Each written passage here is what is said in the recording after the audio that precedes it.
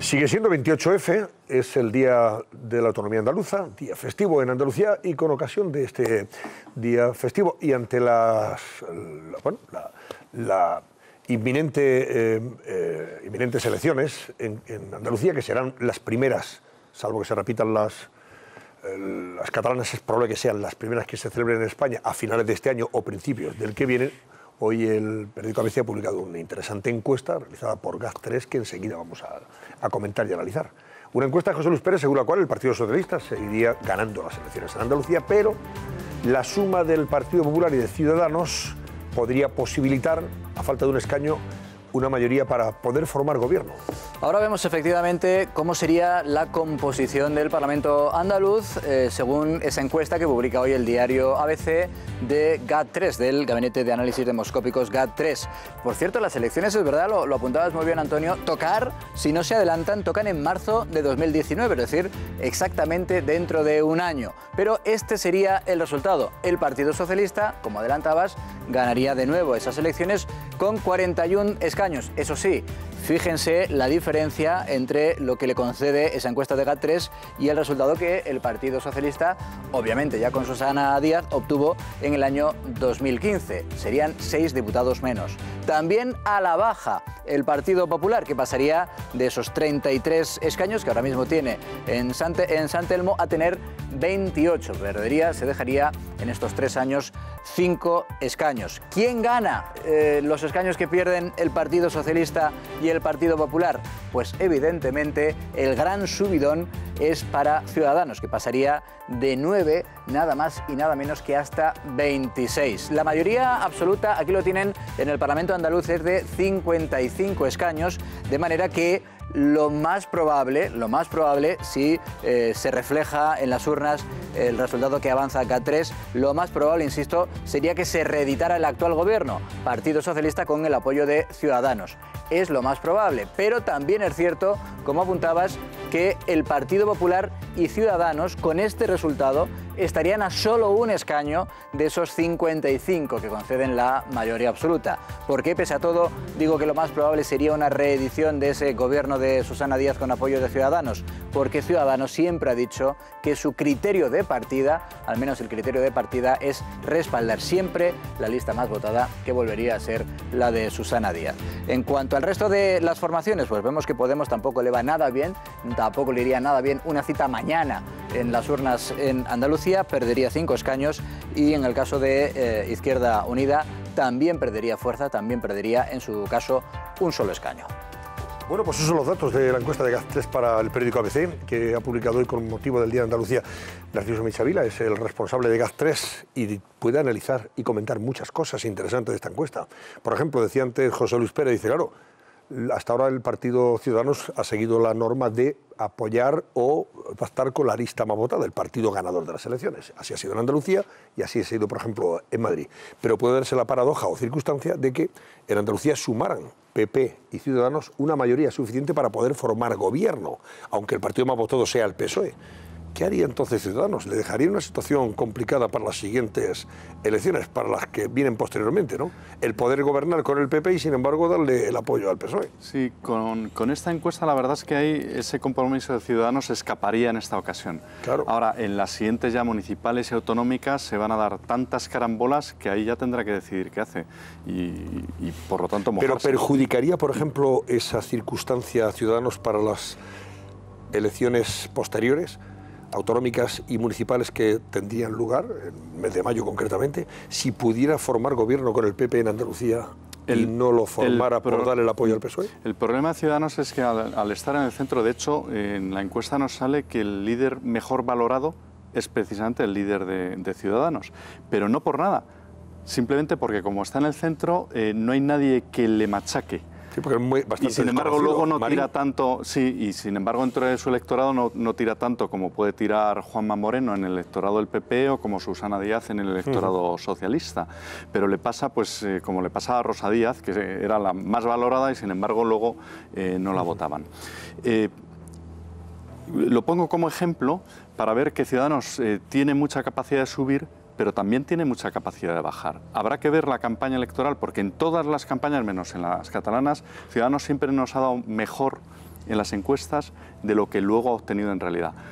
Con la salvedad de las andaluzas anteriores, que fue cuando empezó y fue de menos a más, y empezó 2 meses antes, poco a poco, hasta que al final se colocó en los resultados que tiene ahora en la Junta. Pero, Ignacio Camacho, tú conoces mejor que nadie la realidad política andaluza. Si se diera esa circunstancia de la suma para formar gobierno en Andalucía, PP, Ciudadanos, y posibilitar la alternancia de gobierno en una comunidad que siempre ha estado gobernada por el PSOE, eso dejaría en una posición comprometida a Ciudadanos, ¿no? Si al final termina pactando otra vez con el PSOE, yo creo ¿no? que sería para el líder de Ciudadanos, para Albert Rivera, que sería quien tomase la decisión, sería una papeleta difícil, porque efectivamente el hecho diferencial de esas elecciones es que el PSOE lleva gobernando 40 años en Andalucía. Entonces, la posibilidad de que hubiera una alternancia le iba a pesar mucho en esa decisión, sobre todo ante unas elecciones generales en las que, aunque está creciendo por todas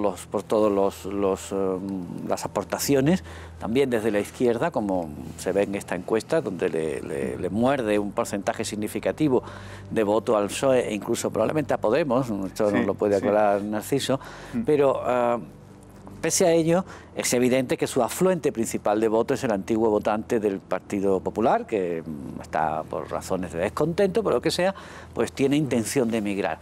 Si esa migración se produjese y diese como resultado que, ante la posibilidad de dar el salto de la alternancia, Ciudadanos no lo diese, yo creo que eso tendría una repercusión inmediata sobre el voto en las próximas generales y probablemente también en las municipales, que son inmediatamente después, municipales y autonómicas del resto de España, en marzo, que son inmediatamente después de las andaluzas. Es que yo creo que es una decisión con muy Ciudadanos delicada. añadiendo a lo que dices, o siguiendo lo que dices, hay un fenómeno muy interesante y llamativo, y es que tanto los analistas como los propios votantes de Ciudadanos tienden a pensar que Ciudadanos va a pactar que naturalmente, es una prolongación natural, efectivamente, con el PP. Que hay de hecho, un correlato espontáneo, un automatismo ocurre mental entre natural. Analistas que hablan constantemente, yo no porque discrepo, pero la mayoría se refiere a un posible pacto, llaman del centro-derecha, cuando Ciudadanos jamás usa el concepto derecha. Eso no está pero escrito hablan en ningún lado. de un concepto de centro-derecha y de un posible pacto, por ejemplo, con los resultados que da tu encuesta, y los propios votantes que antes votaban al PP y que han cambiado a Ciudadanos, piensan que ese pacto se va a dar, pero los datos de la realidad no lo avalan. No solo esto, Edurne, es que objetivamente el voto, una vez emitido, es del que lo recibe, no del que lo da. Por tanto, lo administra el que lo recibe.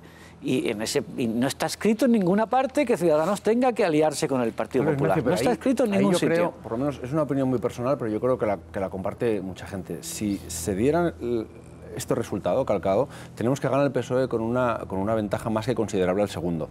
Es perfectamente legal que segundo y tercero pacten, con este resultado, como le ha pasado muchas veces al Partido Popular. Sí, con este pero resultado, si en este caso Susana Díaz gana con ese margen, lo verdaderamente democrático es que gobernara ella. A mí no me cabe duda, pero en ese caso, Javier, estamos hablando de que se produjera ese escaño que falta. Tendría que apoyar. Yo creo que en este caso a mí no me cabría ninguna duda. Debe haber un fair play en el sentido político. Y no solo esto, sino que Ciudadanos tendría argumento de pactar con el PSOE para evitar que este pactara con Podemos. Es decir, en este caso tendría todos los pronunciamientos. Estamos hablando de la hipótesis del escaño que falta. El escaño que falta para que PP y CES, según la encuesta, y Ciudadanos sumen una mayoría absoluta capaz de desalojar al PSOE del poder. Hay otra mayoría, que es la suma de Partido Socialista, Podemos e Izquierda Unida, que dado el perfil de Susana Díaz, no parece probable que lo busque por ahí, pero también puede buscar el pacto con Podemos para intentar fagocitarlo. Digo que al PSOE le da capacidad de negociación porque no olvidemos que el gobierno anterior tardaron 80 días en conseguirlo. Y yo por eso creo además que las elecciones van a ser en octubre. ¿Las de Andalucía? Próximo mes de octubre. Sí, ya se ha puesto cosas para evitar que coincidiera... Para llegar con un gobierno a las locales. Y también para evitar que coincidiera la sentencia del caso ERE, que se habla de que podría producirse sobre febrero, marzo, para evitar que coincidiera con la campaña electoral de esas elecciones autonómicas precisamente. Y de hecho, curiosamente, al elector cuando le pregunta si quiere adelanto electoral, no lo quiere. Él dice, oye, yo cumplo mis deberes cuando toca, cada 4 años. O sea, la legislatura, por ejemplo, ahora mismo son conscientes de que hubo 2 elecciones generales, ahora quieren que se agote la legislatura, etcétera. Curiosamente nos sale que la posición mayoritaria en el electorado andaluz ahora mismo es de ir a las urnas. O sea, quieren Los únicos que están en contra son los votantes del Partido Socialista, pero las otras formaciones lo que quieren es que haya urnas cuanto pero antes. Eso implica... Y serían en octubre. Bueno, podrían ser en octubre, efectivamente. ¿Y eso implica o detectas deseo de cambio? ¿Eso de que los electores que no son del Partido Socialista quieran ir a las urnas? ¿Hay un ambiente de cambio? Hay un ambiente, es curioso, porque la participación del 2015 no fue elevada, fue del 62%.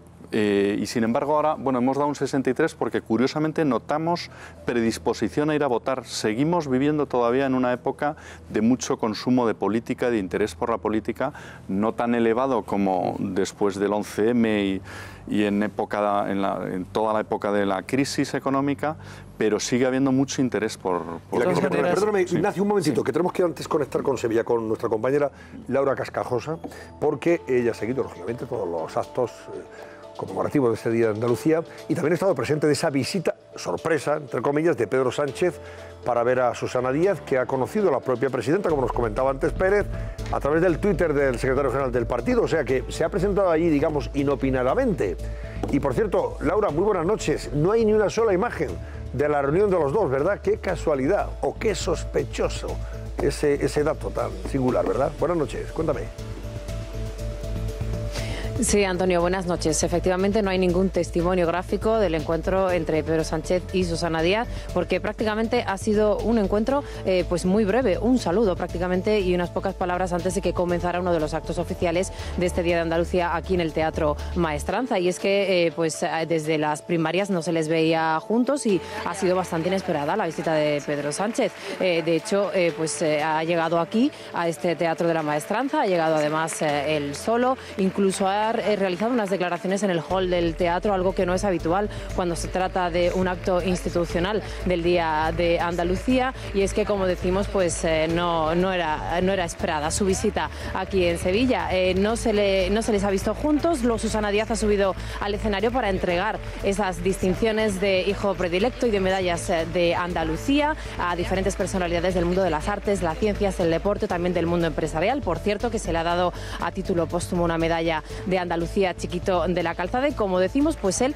mientras tanto, estaba en la primera línea de butacas de este teatro, acompañado del delegado del Gobierno de Andalucía y también del alcalde de Sevilla, Juan Espadas. Bien, pues en esas declaraciones que ha hecho Pedro Sánchez al inicio de ese acto, antes de saludarla, supuestamente, pues lo que ha hecho es justificar esa visita a Sevilla, diciendo que cualquier persona que quiera ser presidente del Gobierno en España pues tiene que venir mucho a Andalucía. Y luego, acto seguido, pues lo que ha hecho es lanzar un mensaje al presidente del Gobierno, a Mariano Rajoy, para decirle lo que van a oír a continuación, para exigirle pues que haga algo si no consigue esos apoyos necesarios para sacar adelante los presupuestos generales del Estado.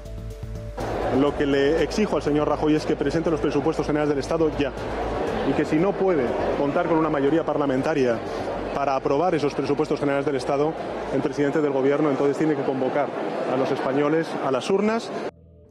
Bueno, pues gracias, Laura Cascajosa. Pues, y cuídate, vaya ventolera que hay ya también en Sevilla. ¿Esto cómo lo interpretas, Narciso? ¿Está loco por la música de Pedro Sánchez, o sea, por la música de las elecciones? O sea, que haya elecciones generales ya. ¿A él le conviene, le interesa? ¿O lo ha dicho por decirlo? Dice, si no hay presupuestos, tiene que convocar a las urnas cuanto antes. Eso ha dicho textualmente. En general, todos los partidos de la oposición siempre están deseando que haya urnas, sí. Porque el político vive de las campañas electorales, ¿no? Y sobre todo si no ha ganado, ¿no? Pero al PSOE le conviene ahora mismo que haya elecciones, porque la última encuesta del CIS no dejaba en muy buen lugar a Pedro Sánchez. Ahora mismo, viendo las expectativas de voto que dan las encuestas, al único que le conviene que haya elecciones antes de las municipales y autonómicas es a Ciudadanos. Sí, claramente. O sea, por eso Ciudadanos es el que está demostrando ahora mismo mayor capacidad de exigencia, ¿no? De ir viendo cada semana temas nuevos O sea, buscando justificaciones para poder decir, oye, que tengo que intentar que no se apruebe los presupuestos, por ejemplo, y si no se aprueba, entonces ir a las urnas, porque a Rivera le interesan las elecciones generales, las suyas, antes de las municipales. Pues si le interesan a Rivera las elecciones generales, es probable entonces que no apoye los presupuestos generales del Estado. El día 23 de marzo el Gobierno lleva los presupuestos al Congreso de los Diputados. Lleva esos presupuestos. Si para entonces no tiene claro que pueda sacarlos adelante, inevitablemente tendría que prorrogar los actuales, pero claro, puede prorrogarlos este año, pero ya no en el 2019. Pero la estrategia ahora mismo de Rivera, a mí me da la impresión, es capitalizar el apoyo a los presupuestos, porque en el presupuesto del año anterior, del año 17, lo capitalizó el PNV. Sí, le ha ido bien, Mira, ahí están los resultados. No sacó ningún rédito político de eso. Y Rivera lo que está diciendo es, sí, te los voy a apoyar, pero quiero Hombre, es que si salen los presupuestos, evidentemente ya no hay elecciones hasta el 2020. Claro. Eso está el 2019. El sospechoso a finales, pero ya a finales. Si no lo hay, a lo mejor tiene que adelantarlas. El silencio del PNV, que no parece dispuesto a apoyarlo y que tampoco sabemos cuándo va a haber elecciones en el País Vasco. Yo creo que el PNV está absolutamente decidido. Yo discrepo de mi querida Ana, creo que el PNV está absolutamente decidido a apoyar los presupuestos. Que a apoyarlos, ¿no? Lo tienen cuando se levante el 155. Claro, es que no sabemos cuándo se va a levantar. Claro, que mañana igual tienes con sus electores. No, iba a decir que a Rivera tendría que encontrar un pretexto muy potente para no aprobar los presupuestos, porque si no le perjudicaría en su propia pretensión de proporcionar estabilidad al país, no al gobierno.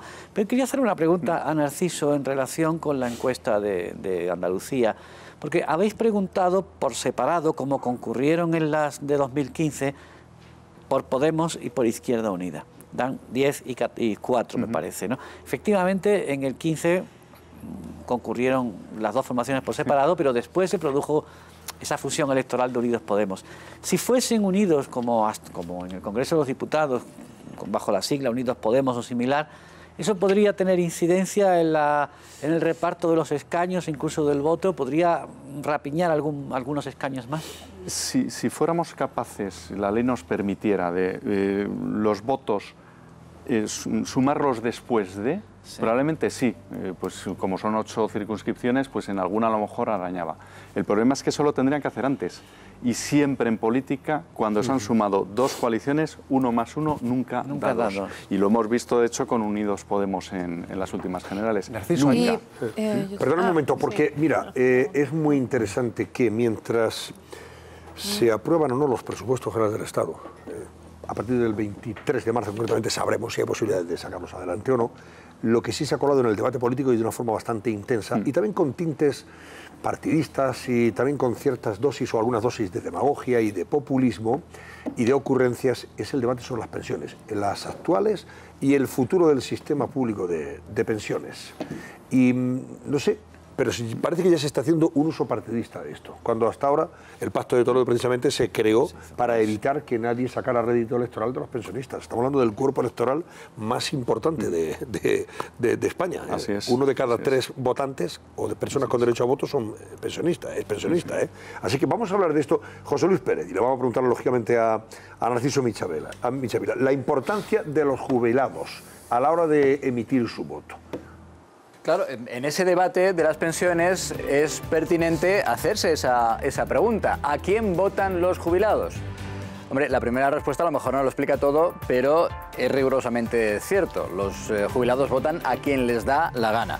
Con lo cual vamos a ir acotando un poco la pregunta. La pregunta sería, ¿a quién sabemos que votaron los jubilados según las encuestas en las últimas generales de 2016? Y aquí empezamos ya a tener algún dato significativo. Fijaros que el 36% de ellos dijeron que en esas generales del 2016 habían votado al Partido Popular. Pero es que un 25, casi un 26% de ellos contestaron que su voto fue al Partido Socialista. Es decir, mayoritariamente vemos como los jubilados mayores de 65 años dijeron que habían votado por los 2 principales partidos, es decir, que fueron el sustento básico del bipartidismo. Y en el resto de los partidos, ¿qué es lo que ocurría? Pues fíjense en Podemos. Podemos que tras alguna de esas convocatorias electorales llegó a sugerir, hombre, si solo nos dejaran votar a los más jóvenes, a lo mejor hasta ganábamos las elecciones. Es verdad que tienen muy poco apoyo, bueno, un 8%, no es desdeñable de apoyo entre los jubilados al partido de Pablo Iglesias.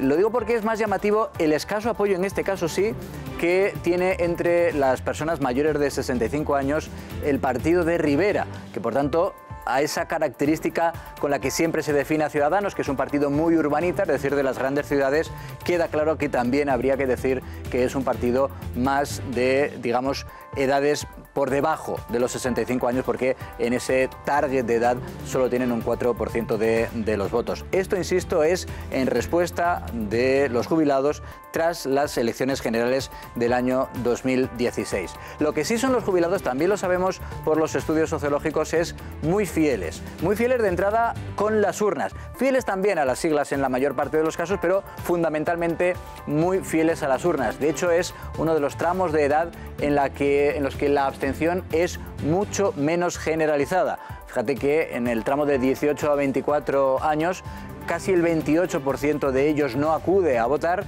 en cambio en el sector de edad de por encima de los 65 años solo son el 12%, menos del 12% quienes deciden quedarse en casa cuando hay convocadas unas elecciones, en este caso generales, porque estamos analizando, lo ha hecho el diario El Mundo, lo que ocurrió en esas elecciones generales de 2016. Y la importancia, que era la otra pregunta que me hacías, del voto de los jubilados, capital porque estamos hablando, prácticamente lo van a ver, del 25% del censo total son jubilados por encima de los 65 años. Hablamos de 9 millones, en el 2016 el 24,6%, pero en una clarísima trayectoria ascendente, con lo cual posiblemente para las próximas elecciones estemos hablando ya del 25% del electorado por encima de los 65 años. Bueno, pues el disputado voto del señor jubilado, Narciso Michavila, en este contexto, fíjate que ya empieza a advertirse cierto interés por algunos partidos de politizar esto de las pensiones y sacar rédito electoral. Bueno, yo diría que por alguno no, por todos. Por todos. Y lo primero que digo es que bienvenidos, y me alegro que por fin, después de tantos años como sociólogo y todos los sociólogos en la profesión, diciéndole a los políticos, a los decisores, a los empresarios, oye, que sí, que ese grupo sale mucho en la televisión, pero no os olvidéis que aunque los jubilados no salgan en la tele, aunque las viudas no salgan en la tele ni en las series de televisión, hay más de 2,5 millones de viudas en el país que tienen mucho más poder de compra y de voto y de decisión, o sea, que la mayoría de los que hacen personas, lógicamente. Por lo tanto, políticamente tienen que estar atentos. Ahora, estamos viendo las imágenes, por ejemplo, esas que vemos es Bilbao, pero estamos atención ahora porque ha bajado ya, toda la crisis catalana, parece que el interés ha bajado bastante, pero es que esas manifestaciones llevan todos los meses, porque los sindicatos vascos están convocando precisamente a personas allí a reclamar una subida de pensiones de tipo político, porque curiosamente en Euskadi y en el País Vasco es donde la pensión es mayor, es un 24% superior a la media nacional. O sea, la pensión contributiva en el País Vasco es de 1.331 euros. La media es 1.000 euros. Entonces, en el fondo, hay, en ese debate lo que está viendo se supone que es una caja única, Narciso. Claro, pero entonces lo que están reclamando ahí los partidos nacionalistas en el País Vasco es si en lugar de que las pensiones las pagara el Estado para igualar a todos, porque si hay algo que iguale al final a los ciudadanos, es precisamente que como hay un tope mínimo y aunque alguien no haya contribuido nada, tiene derecho a partir de 65 años a tener un mínimo de pensión y un máximo también, o sea, hay un tope máximo, por lo tanto, pero para que nos hagamos idea, en la crisis, si alguien ha salido perjudicado, no han sido los jubilados, han sido sus hijos. Y si cuando hubo casi 7 millones de parados en inicio del 2013, no hubo una revolución social, fue precisamente por la solidaridad de los mayores que con sus pensiones la daban a los hijos. Pero es que los jubilados han ganado un 11%, en los últimos 8 años han ganado un 11% de poder adquisitivo. Y lo veamos por donde lo veamos, es que la renta per cápita del jubilado ahora mismo, con alquileres, porque en España además somos el país de Europa con más vivienda en propiedad, por lo tanto el jubilado ya, la mayoría de ellos, el 90% no tiene que pagar hipoteca, sus hijos sí. La renta media del jubilado es de 16.000 euros mínimo. La renta de sus hijos, incluso trabajando, no llega a ese nivel. No hablo ya de cuando tenemos 7 millones de parados, que, por lo tanto, aquí el debate no es si seguimos incrementando las pensiones, claro que sí, sino qué hay que hacer para que haya menos paro y que el sistema pueda contribuir, porque es que el sistema no es viable. Para garantizar las pensiones de ahora, pero sobre todo las del futuro. Pero el problema es ese, el problema no es el jubilado de hoy, el problema es el jubilado de dentro de 10, 15 años. Narciso, una pregunta muy rápida. No sé si hay alguna relación directa, pero parece ser que a un partido como Ciudadanos los jubilados son muy poquitos, un porcentaje muy pequeño que le votaría. Una persona mayor, a la hora de votar, ¿se fía más de alguien que tiene 55, 60 años, la edad de Mariano Rajoy, por ejemplo, que de alguien que tiene 38 o 40 años? ¿Hay alguna ¿Buscan algún tipo de afinidad por edad o no habéis detectado que eso ocurra? Está súper investigado, evidentemente, pues para el votante joven, además eso lo vemos muchísimo en los cualitativos, el votante joven a lo mejor considera que Mariano Rajoy es mayor. Berlusconi se presenta con 81 años. Bueno, no se puede presentar pero su partido sí, ¿vale? Pero está esperando a que se repita para presentarse el año que viene en Italia. Y sin embargo, evidentemente, para la mayoría de los votantes, la edad media del electorado es 51 años. Si nos vamos a los jubilados, evidentemente confían más en las personas mayores, pero sobre todo, fundamentalmente, no es un tema de edad. Confían sobre todo en quien les ha garantizado que les paga las pensiones tradicionalmente. En Andalucía votan a Susana Díaz, ¿no? Sí. ¿Estás detectando algún cambio de tendencia de voto en los jubilados? Sí, con anterioridad al debate de las pensiones, ¿eh?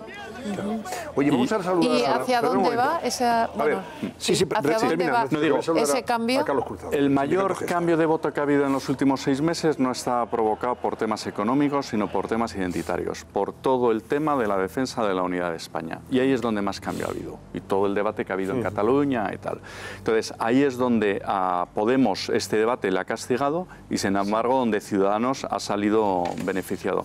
También en el voto más mayor, donde veíamos antes que no consiguió penetrar y ahora parece que consigue empezar a penetrar ya. Bueno, ayer el ministro de Hacienda anunciaba que los presupuestos de este año va a incluir una ayuda en el IRPF para los pensionistas de edad más avanzada. Ha dicho que el gobierno está trabajando en incentivos fiscales para jubilados en edad muy avanzada. Parece ser que estamos hablando de personas ya mayores de 80 o a partir de 80 años concretamente. Voy a preguntarle a Carlos Cruzado, que es el presidente del Sindicato de Técnicos de Hacienda, Gesta, sobre esa medida y en qué medida puede ayudar a esos jubilados. Carlos, buenas noches. Hola, buenas noches. A ver, ¿cómo debemos entender la ayuda fiscal de Montoro para los jubilados? Sí, bueno, es una medida que anunciaba ayer el ministro Montoro, sin precisar, sin concretar en qué consistiría el beneficio, ni siquiera a partir de qué edad se podría disfrutar de este beneficio, y nosotros, en una estimación muy prudente en relación con todo el colectivo de pensionistas, lo que vemos es que en relación con el impuesto sobre la renta, prácticamente 2/3 del colectivo de pensionistas ya no están pagando renta, en función de ese límite aproximadamente de 12.000 euros, a partir del cual sería cuando se empieza a pagar. A la vista de las pensiones medias y de que están cobrando este colectivo, como digo, el 63% o algo más, en principio estaría por debajo de ese nivel, de ese umbral de los 12.000 euros, y por tanto no se vería afectado en ninguna manera por el beneficio que se incluyera en el impuesto, ¿no? Por tanto, ¿a qué jubilados afectaría o beneficiaría esa decisión del gobierno si se materializa? Estamos hablando de gente, parece ser que se ha sugerido que serían personas mayores de 80 años, ¿no?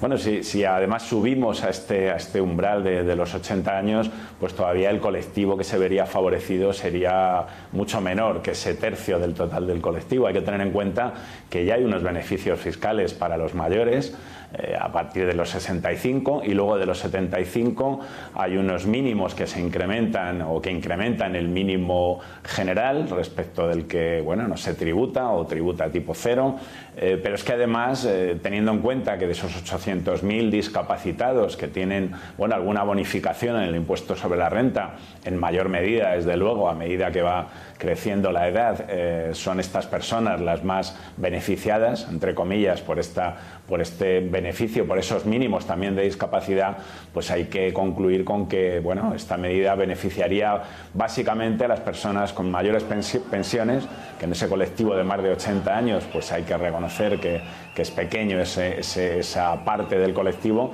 y en todo caso aquellas otras personas que además de la pensión, bueno, pues tuvieran otros rendimientos, como pudieran ser de inmuebles alquilados o incluso de rendimientos de capital, ¿no?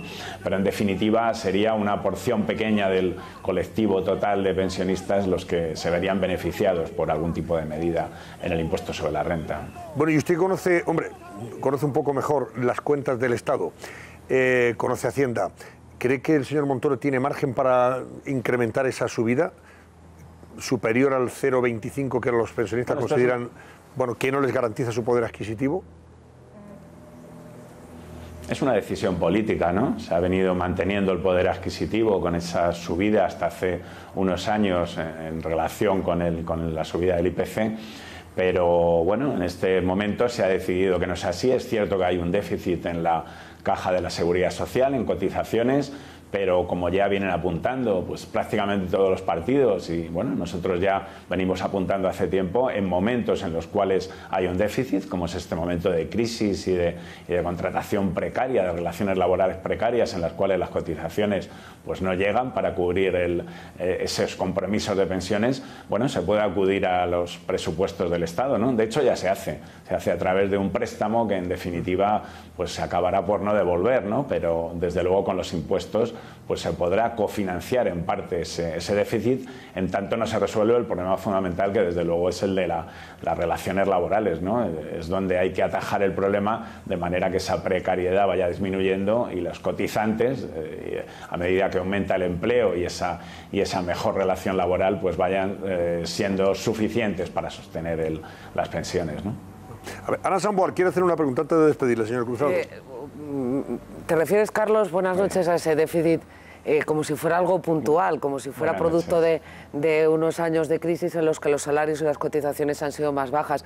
Sin embargo, todos sabemos que el problema de la seguridad social no es coyuntural, es un problema estructural, porque está cambiando la pirámide de población. Entonces, si subiéramos los impuestos 2 o 3 años para pagar el déficit, no habría problema. El problema es que es un cambio estructural mucho más profundo, con lo cual habría que hacer una reforma mucho más profunda, ¿no?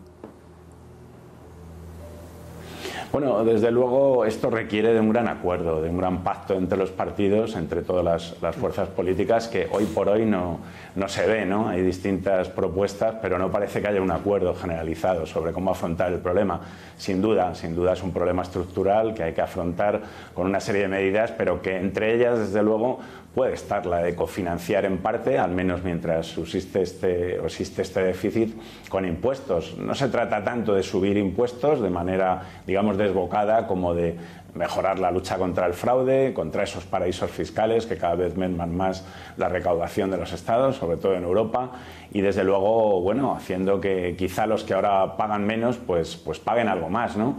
Haciendo efectivo ese principio de capacidad económica, de generalidad y de progresividad que establece nuestra Constitución en su artículo 31, ¿no?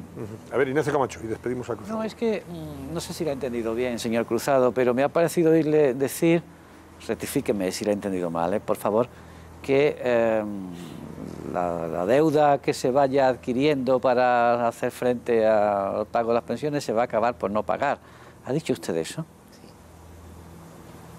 No, no he dicho eso. Lo que hablaba es que, bueno, no se quiere hacer efectivo o hacer frente a esa realidad de que se están financiando con los presupuestos del Estado ese déficit de las pensiones, con ese préstamo que este año se ha vuelto a repetir, ¿no?, del Tesoro hacia la Seguridad Social, y en realidad, bueno, pues lo que se trataría es de aceptar que pueden ser cofinanciadas las pensiones con parte de impuestos, y en ese sentido, bueno, pues es al que me refería, no, por supuesto, que no se vaya a pagar ninguna deuda que se tenga contraída con terceros, por supuesto. Don Carlos Cruzado, gracias y buenas noches. Gracias, señor Cruzado. Un placer, buenas noches. Bueno, Narciso Michavila, en este caladero de votos, que es muy importante, ¿pueden pescar los partidos políticos haciendo demagogia y con ocurrencias? ¿O los pensionistas son suficientemente inteligentes, reflexivos y sensatos como parecía? A mí, vamos, ¿hay algún partido que me pueda garantizar que yo voy a cobrar todos los años mi pensión con incrementos de IPC, por ejemplo? ¿O hay algún partido que me garantice? Pero eso ante notario, ¿eh? Porque si no es que me los llevo a la cárcel a todos. Que diga eso miente. Ante notario, por eso digo, el que diga eso miente. O alguien que me garantice que no solamente el IPC, sino que encima una paga extra, porque sí, generosamente cada 6 meses. No, que vas a cobrar una el mayor pensión, por su sí, propia experiencia al político. Ya, por eso digo, pero esa tentación demagógica y populista la pueden tener algunos partidos e intentar pescar en ese río electoral. Es lógico, además, que todos lo intenten. Sí. Y es lógico. Hombre, unos más y otros menos. Y en buena parte, precisamente, si el Partido Popular ha aguantado muy bien el voto de los mayores, es porque precisamente hizo una decisión estratégica que fue no congelar las pensiones, cosa que el gobierno anterior se hizo, y por eso además han ido ganando poder adquisitivo. También eso es política electoral. Ahora, el mayor, y eso lo vemos en los estudios, siempre va a hacer una pregunta que el joven todavía no hace. El joven, si le prometen, dice, me viene bien y ya está. El mayor siempre dice, vale, muy bien, me vas a dar esto, ¿de dónde va a salir? ¿De dónde va a salir? Claro. ¿De dónde recortas? Por lo tanto, cuando está oyendo, si no se sube tal, no hay presupuesto. Si no hay presupuesto. El mayor y sobre todo las mujeres mayores, que son las que han llevado en la mayor parte de las familias la economía familiar. Lo primero que dicen es, vale, ¿y eso de dónde va a salir? ¿De dónde lo vas a recortar? Por lo tanto, porque es que al final el aumentar a lo mejor de 0,25 al 1,1%, que es ahora mismo el IPC en este momento, que serían unos 8 euros de media por pensión al mes y tal, es que son 1.200 millones de euros en el presupuesto global. 9,5 millones de pensionistas que con una media de 1.034 euros por pensión, esa es la media. Esa es la más media. y otros menos. Habrá pensiones por debajo de 1.000, que las hay muchas, y también hay muchas por encima de 1.000. Y en todo caso, claro, eso incrementa en 1.000 y pico millones cada mes, ¿no? El pago de las pensiones. Que cada mes son 8.000 y pico millones de euros. 8.000, efectivamente. Al final, a lo largo del año, son unos 137.000 millones. 137.000, incluido, y realmente, o sea, yo, donde de verdad hay que poner el acento, no es tanto los mayores, y llegaremos a ello, nos gustaría tener muy buenas pensiones, pero hay que tener en cuenta que tenemos una sanidad pública gratuita muy buena, que dejamos de pagar transportes cuando llegamos a la jubilación, que tendremos la hipoteca pagada, etcétera, etcétera, y que si queremos cobrar pensiones necesitamos que haya trabajadores y que haya hijos. Por lo tanto, donde hay que poner el apoyo no es en la generación más mayor, es en la de menos de 45 años, que ha sido la castigada y machacada por la crisis. Es que esa generación ha perdido más de un 10% de poder adquisitivo. Hoy recordaba precisamente el presidente de la COE que en el año 2000 el Estado destinaba 60.000 millones de euros para pagar las pensiones del año 2000 y 18 años después es más del doble, 133.000 o 134.000 millones de euros. Hay un dato que no está dando Bueno, señores, que tenemos que pasar de tema. Brevemente, venga. El último informe de la OCDE, que recuerda a España que el 80% del salario más o menos es lo que tienen los pensionistas españoles y la media de la OCDE es en torno al 50%. Somos después, 53. Ana, eso. Y dos, que no podemos hacer lo que queramos con el sistema de pensiones, porque Zapatero hizo una reforma forzado por Bruselas y Rajoy hizo otra forzado por Bruselas también. Debemos mucho dinero y al final nos lo pagan los acreedores. España tiene salarios por debajo de la media europea, pero lo que es la tasa de reposición, es decir, qué pensión tiene respecto a lo que tú has estado cobrando, es después de Holanda el país de Europa que más pensión tiene, que es ese 80%. Si a eso unes que el sistema lo que hace es que tú estés contribuyendo un 28% entre el trabajador y la empresa, pues y con la esperanza de vida que tenemos, pues claramente el sistema no funciona. Bueno, señores, gracias Narciso Michavila, muy buenas noches y hasta la próxima. Ahora ya te veremos muy a menudo, porque esto de las elecciones, en fin, los sondeos se van a ir prodigando, se van a ir publicando y tendremos oportunidad de saludarte y comentarlos. Aquí para clavar resultados. Efectivamente. Muy bien. Gracias, Narciso.